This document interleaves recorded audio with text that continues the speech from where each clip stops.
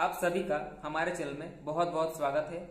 और आज मैं मुंशी प्रेमचंद द्वारा रचित उपन्यास कर्म भूमि के बारे में आप लोगों को बतलाने वाला हूं। जिसके प्रमुख पात्र की बात की जाए तो प्रमुख पात्र इसमें सिर्फ एक ही है, जिसका नाम है अमरकांत। अमरकांत के पिताजी रहते हैं, उसका नाम लाला समरकांत होता है। अमरकांत की एक छोटी बहन है जिसका नाम नैना होता है। अमर की पत्नी जिसका नाम सुखदा होता है। अमर की पत्नी की मम्मी का नाम है रुक्मणी। और अमर के एक बहुत ही जिगरी यार होते हैं, उसके मित्र होते हैं, उसका नाम है सलीम। तो उस उपन्यास का आरंभ उसके विद्यालय से होती है। विद्यालय में वो लोग उस दिन जाते हैं जिस दिन फीस पूरी हो जाती है। जिस दिन फीस पूरी होती है उसी दिन वो लोग स्कूल जाते हैं। और जाते हैं तो उस दिन लंबी लाइन लगी हुई रहती है स्कूल में। किस लिए? पैसे लेने के लिए। और उस विद्यालय में इतना कड़क नियम होता है कि अगर विद्यार्थी जमा ना करे उस दिन अपना वेतन, पैसा, फीस अपनी जमा ना करे तो या तो उसे डबल पैसे देने होते थे या फिर उसे स्कूल से नाम कटवाना पड़ता था। एक दिन होता यह है कि वो दिन तो जाते ही वो अमरकांत स्कूल जाता है तो उसके पास फीस की पैसे नहीं होती है। वो गलती से भूल जाता है कि आज फीस पूरी हो गई है और वो भूल जाता है, पैसे नहीं ले जाता है। और स्कूल और उसके घर की दूरी काफी होती है, मतलब इतना दूरी है कि वो स्कूल से घर भी ना जा पाता था लाने के लिए। तो सभी बच्चे तो लाइन में लगे हुए हैं। एक अमरकांत ही ऐसा विद्यार्थी था जो उस लाइन में नहीं था, मतलब उस विद्यालय में भी नहीं था। वो डर के मारे विद्यालय से बाहर बैठा हुआ था। सभी के नाम पुकारे जा रहे थे एक एक करके। सभी ने अपने अपने फीस देने की पैसा ले आए थे घर से। अमरकांत के पैसा ना होने के कारण वो विद्यालय से बाहर चल जाते हैं। अब जैसे अमरकांत का नाम प्रोफेसर पुकारते हैं कि अमरकांत आइए, अमरकांत आइए, इस टाइप का बात वहां पर पुकारा जाता था। तो सभी इधर उधर देखने लगते हैं कि आखिर ये अमरकांत गया कहाँ। तो उसी का दोस्त, अमर का दोस्त सलीम होता है। वो मास्टर जी से कहते हैं कि गुरुजी, अमर तो अभी अभी आया था विद्यालय, शायद बाहर गया हो। अगर आप कहें तो मैं उसे बुला लाऊं, बाहर से देखकर आ जाऊं। उसके प्रोफेसर थोड़ा देर सोचकर ये कहता है कि नहीं, मेरा ये काम नहीं है कि बुला बुलाकर सबसे फीस लेनी पड़े। तो अगर वो नहीं फीस लाया होगा तो उसका नाम हम काट देंगे। सलीम को उससे बहुत गहरी मित्रता थी, अमर से बहुत ही गहरी मित्रता थी। और सलीम चाहता था कि अमर का नाम इस विद्यालय से ना कटे। एक बार फिर सलीम ने सर से पूछा कि सर, मुझे कृपया करके जाने दीजिए, वो बाहर में ही होगा, मैं उसे बुला लाऊंगा और वो आपका फीस भी दे देंगे आज। बोलता ठीक है जाओ, पर विद्यालय के बाहर, ज्यादा बाहर दूर मत जाना, क्योंकि फिर विद्यालय में घुसने का अनुमति नहीं मिलेगी तुम्हें और तुम्हारा भी नाम कट जाएगा। तो बोलता कि नहीं गुरुजी, मैं तो सिर्फ अमर के पास जाऊंगा और उसे बुला ले आऊंगा। मास्टर जी उसे जाने का आदेश दे देते हैं। अब जैसे ही सलीम बाहर निकलता है विद्यालय से, एक बाहर में घना सा एक नीम का वृक्ष रहता है। उस वृक्ष के नीचे अमर बैठा हुआ था और अमर उसके तरफ पीठ घुमाकर बैठे हुए थे। सलीम समझ नहीं पाया कि आखिर बात क्या है। तो सलीम कहता है कि अरे ओ बुद्धू सलीम, क्या कर रहे हो यार, चलो स्कूल। दोस्तों से तो ऐसे ही बात की जाती है ना, यार कहते हैं तो कुछ थोड़ी बहुत खट्टी मीठी गालियां हो जाती है। तो वो कहता है कि अरे बुद्धू, यहाँ पर क्या कर रहे हो बैठे बैठे, वहां तुम्हें सर खोज रहे हैं, सर ढूंढ रहे हैं तुम्हें, जल्दी आओ नहीं तो तुम्हारा नाम कट जाएगा। तुम फीस नहीं लाए हो क्या आज? तो ध्यान से देखता है कि वो अमर की आंखें बहुत लाल होती है, मानो जिंदगी में, अपनी पूरी जीवन में वो पहला बार रो रहा था। उसकी आंखें पूरी लाल हो गई थी अमर की। सलीम ने पूछा, अरे रोता क्यों है, क्या बात है? ओ, तुमने फीस नहीं लाया है, इसीलिए तुम रो रहे हो ना। इसमें इतनी चिंता की क्या बात है? मैं ज्यादा फीस ले आया हूँ, अपना भी लाया हूँ और तुम्हारे लिए भी कुछ बच गए हैं तो वो भी मैं जमा कर दूंगा। रोने की कोई बात नहीं, चलो मैं तुम्हारे लिए फीस जमा कर देता हूँ। अमर को तो ये बात अच्छा ना लगा कि यार मैं इसके एहसानों तले अब मैं दब चुका हूं। इसलिए अमर को थोड़ी बहुत अंदर से शर्म भी आ रही थी कि ये मेरा फीस जमा कर दिया, और अमर उसे धन्यवाद देने लगता है कि सलीम, आज अगर तुम ना होते तो शायद इस विद्यालय में मैं दोबारा नहीं पढ़ पाता। अमर कहता है, अरे यार, दोस्त कहते हो तो फिर क्या दिक्कत है। फिर सलीम और अमर घर चले जाते हैं। विद्यालय से छुट्टी हो जाती है। तो विद्यालय से छुट्टी हो जाती है तो अमर की एक आदत रहती थी कि वो जब भी विद्यालय से जाते थे तब अपने घर के एक अलग रूम में ही उसे रहना अच्छा लगता था, जिस रूम में उसे चरखा रखा हुआ था। उस चरखा को वो हमेशा विद्यालय से आने के बाद 2 घंटा चलाते थे और सूत भी काटते थे उससे। तो सूत काट रहे थे बैठ के विद्यालय से आकर। विद्यालय से आने के बाद नैना, उसकी छोटी बहन जो थी, वो उसके पास आते हैं और कहते हैं कि भैया, आप लीजिए पैसे, मैं दादाजी से मांग कर लाई हूं, आप ये 20 रुपए ले लो और विद्यालय में जाकर जमा कर दो। अमर कहता है कि अब क्या फायदा नैना, अब तो हमारा नाम कट ही गया है, तो अब इन पैसों को मैं क्या करूंगा। सो तुम जाओ, वापस दादा को ही दे दो या फिर तुम खुद ही रख लो। ये बात सुनकर नैना की आंखों में आंसू आ जाते हैं और कहता है अपने भैया से कि भैया, ऐसा ना कहो, मैं तुम्हारे मास्टर जी से बात करूंगी जाकर। सो ये तुम पैसे रख लो और दे दो। अमर थोड़ी बहुत उसके मजे ले रहा था अपनी बहन की कि अरे, अब देने से क्या बात है, अब बहस करने से कोई फायदा नहीं है, तो अब फीस जमा नहीं होगा, अब दिन चल गया, अब मेरा नाम भी कट गया है। उसकी आंखों में आंसू देखकर लास्ट में अमर उसे कह देता है कि अरे, रोने की क्या बात है, मैं तो तुमसे मजाक कर रहा था।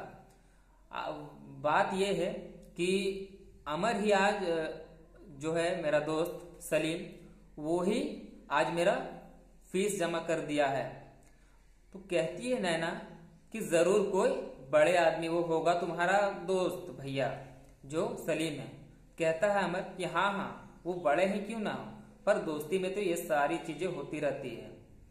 और ये कहते कहते वो चुप हो जाती है और फिर आपस में वो फिर खाना खाने लगते हैं जाकर, क्योंकि वो विद्यालय से आए थे।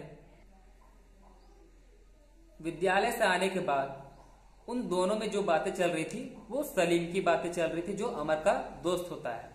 उन दोनों की बातें उनके पिताजी लाला समरकांत, जो कि दुकान पर बैठे हुए थे, वो आ जाते हैं और वो उनकी बातों को सब सुन लेते हैं और कहता है कि ये सब करने से काम नहीं चलेगा अमर, अब तुम बड़े हो चुके हो, सो तुम अब पढ़ाई लिखाई छोड़कर और हमारे साथ हमारे बिजनेस में हेल्प करो, हमारी मदद करो।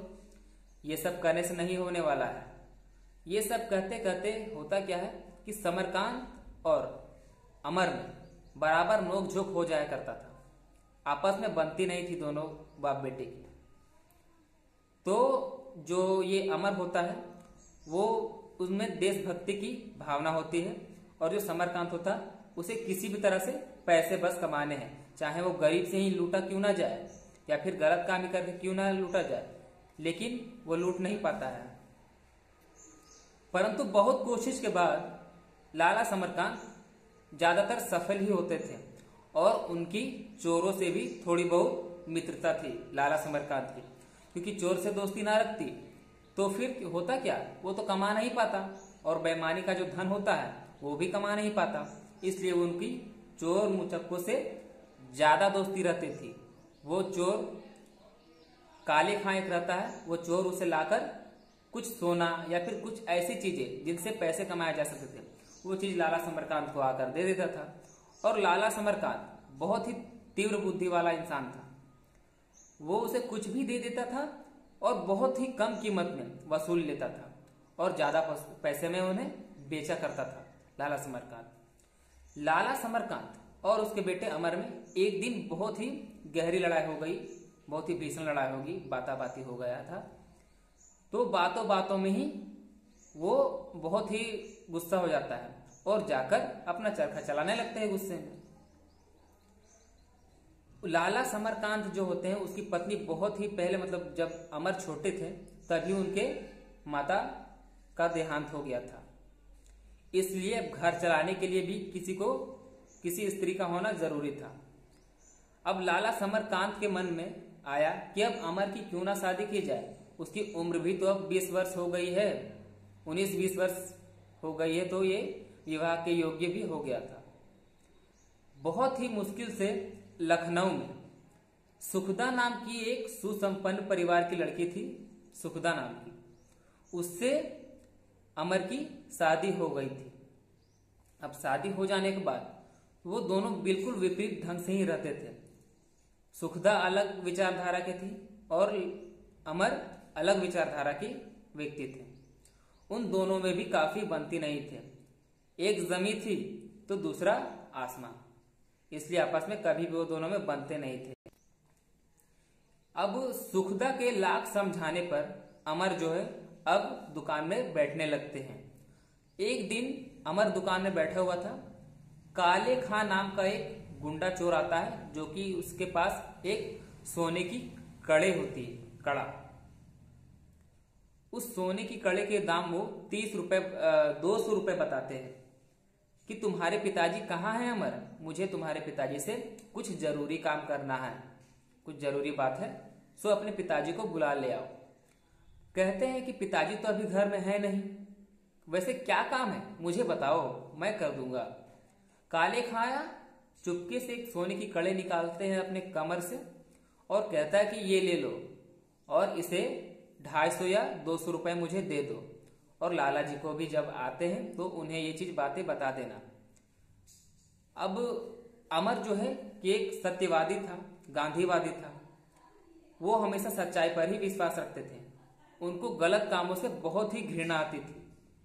अमर को गलत काम बिल्कुल ही पसंद नहीं था, इसलिए वो कहता कि यहां से चले जा, वरना मैं पुलिस को बुला दूंगा या फिर पुलिस में रपट लिखवा दूंगा। इस उपन्यास में मुंशी प्रेमचंद जी ने कुछ कुछ शब्द जो है, जैसे रिपोर्ट को रपट का रूप देते हैं, और भी बहुत सारे ऐसे शब्द हैं जो थोड़ी बहुत अवधी भाषा से आती है। ऐसा होता होता हो क्या है कि फिर काले खां जो होते हैं वो बहुत ही अब प्रताड़ित होने लगते हैं। किससे? अमर से, कि यहां से चले जाओ वरना मैं सच में पुलिस पर रिपोर्ट को लिखवा दूंगा और तुम्हें पुलिस यहां से ले जाएगा पकड़कर। वो वहां से चल जाता है और अपने पिताजी पर बहुत क्रोध करते हैं कि आज पिताजी को आने दो, आज मैं उसे बढ़िया से मजे चखाऊंगा। ये यही काम करते हैं पिताजी, हमेशा गलत काम कर कर हमें पैसा देते हैं और इन्हीं से हमारी रोजी रोटी चलती है। आज तो मैं पिताजी को बढ़िया से ही अच्छा सुनाऊंगा। उनके पिताजी को आते ही बहुत लेट हो गए थे, मतलब कि 7-8 रात बज गए थे कि एक पठान का पत्नी, पठान की जो पत्नी होती है उसको पठानिन कहते हैं सब, तो पठानिन भी उसके पास आ जाती है और कहता है कि तुम्हारे पिताजी कहाँ हैं बेटे, उसे बुला लाओ, मुझे उससे कुछ काम है। अमर उस बुढ़िया को देखकर चौंक जाता है कि आखिर इस बुढ़िया को मेरे पिताजी से क्या काम है, जो सही से चल भी नहीं पा रही है और ना जाने कितनी दूर से आई है। बिल्कुल थकी हारी लग रही थी वो बुढ़िया, शरीर से पूरा पसीना गिर रहा था उसका, बुढ़िया का। ये सोचकर वो दंग रह जाता है और कहता है कि मुझसे कहो दादी, क्या बात है आपको, मैं ही कर देता हूं वो काम।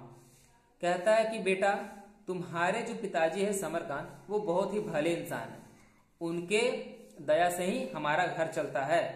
जब पठान साहब जिंदा रहते थे तब उनके बहुत ही अच्छे मित्र थे और अब वो नहीं हैं, तो उनकी जगह अब मुझे ही कुछ कुछ पैसे तुम्हारे पिताजी दे देते हैं जिनसे हमारा घर चलता है। तो ये बोला कि आप रुक जाइए, अब पिताजी आते ही होंगे। उस बुढ़िया ने बहुत देर इंतजार किया उसके पिताजी का कि आए और मुझे कुछ पैसे देने की कृपा करे, परंतु नहीं आया। अमर देख रहा था कि शाम होते ही जा रही है, इसलिए अब इसे मैं खुद ही पैसा दे देता हूं और इसे घर जाने को कह देता हूं। पैसे देते हैं तो उस बुढ़िया जैसे उठी तो बुढ़िया का पैर जो है वो कांपने लगता है, क्योंकि उसे दिखाई नहीं देने लगता, तो थोड़ा सा अंधेला हो गया था क्योंकि रात हो रही थी। अमर ने सोचा क्यों ना मैं इसे खुद ही घर छोड़कर आऊं। अमर ने झटपट दुकान बंद किया अपना और उस बुढ़िया को छोड़ने उसके साथ उसके घर चले गए। उस बुढ़िया के घर में, उस बुढ़िया के घर में उस बुढ़िया के अलावा उसकी एक पोती रहती है जिसका नाम सकीना रहता है। सकीना जो होती है वो बहुत ही सुंदर होती है और एक साधारण सरल लड़की होती है। उसका स्वभाव बहुत ही अच्छा होता है और थोड़ी बहुत चंचलता भी उस पर दिखाई देती है। अब अमर उस सकीना को मन ही मन प्रेम करने लगता है। पठानीन बताती है अमर को कि बेटा, हमारे घर में सिर्फ मैं और ये मेरी नतनी है, जो कि क्षमा चाहता हूं पोती है, जो कि दोनों ही रहते हैं हम लोग, और बहुत ही मुश्किल से हमारा घर चलता है। बुढ़िया ने तुरंत एक खटिया बिछाती है और खटिये में अमर को बैठने का आदेश देती है कि बैठ जा बेटा। अमर दंग रह जाता है कि इतनी छोटी सी जगह में आप लोग कैसे रह पाते हैं। ना खटिया बिछाने की पूरी जगह था और ना ही घर भी उतने बड़े बड़े थे कि इंसान